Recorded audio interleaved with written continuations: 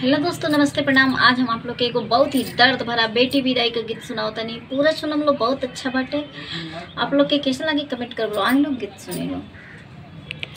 बचपन से पोसनी पलनी बबुनी के प्यार से, और जीवाए तने दुल्हा रखी संभाल के, और जीवाए तने दुल्हा रखी दुलार से।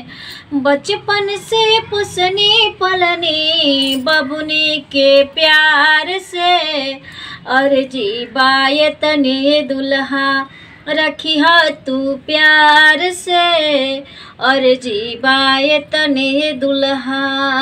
नवे महीनवा दुख दर्द उठवनी, अचरा के छैया बबुआ हरदम सुतवनी। इनका के सिंचनी अपने दूधवा के धार से, और जीवाए तने बबुआ रखी दुलार के, और जीवाए तने दुल्हा रखी तू प्यार से।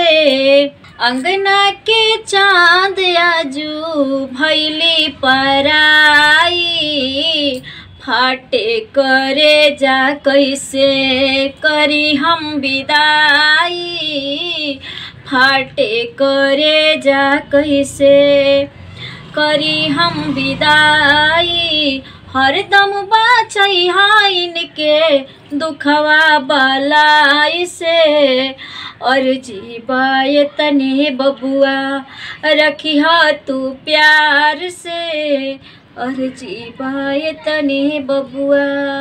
बड़े